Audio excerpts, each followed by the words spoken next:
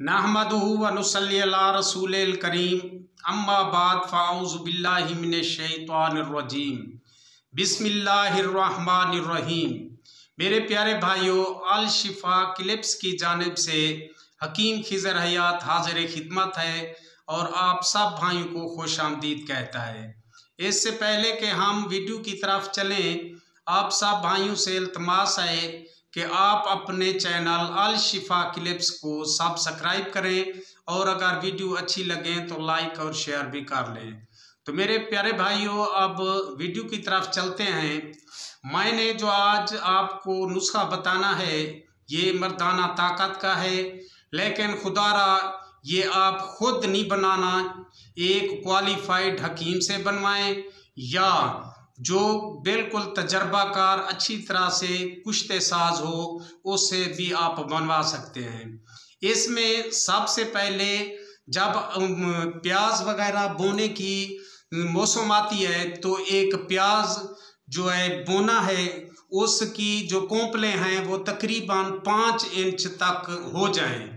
तो इसके बाद इस कोंपलों को अलहदा ऊपर से काट लेना है और हर कोंपल में एक माशा पारा यानी मरकरी डालना है और ऊपर धागे के साथ इसे बांध देना है।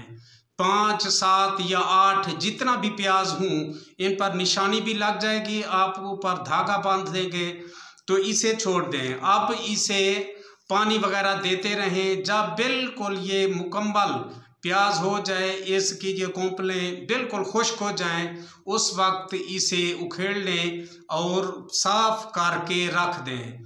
अब इसकी खुराक जो है एक पर्दा जो है एक खुराक है, एक मरतबा इस्तेमाल करनी है। 2 दिन फिर वक्फा करके दोबारा दूसरा पर्दा इस्तेमाल करना है। हमारा कोई चीज़ भी हो, नमकीन ना हो, बाकी कोई चीज़ इसी तरह भी आप खा सकते हैं या फिर रोटी वगैरह के साथ भी खा सकते हैं। तो ये तकरीबन 1 हफ्ता आप इस्तेमाल करेंगे, इससे आपके जरासीम वगैरह जो बिल्कुल एक्टिव नहीं है वो भी बिल्कुल ठीक हो जाएंगे और आपको मर्दाना ताकत भी बेबहा हो जाएगी। तो अगली वीडियो तक खुदा हाफिज़।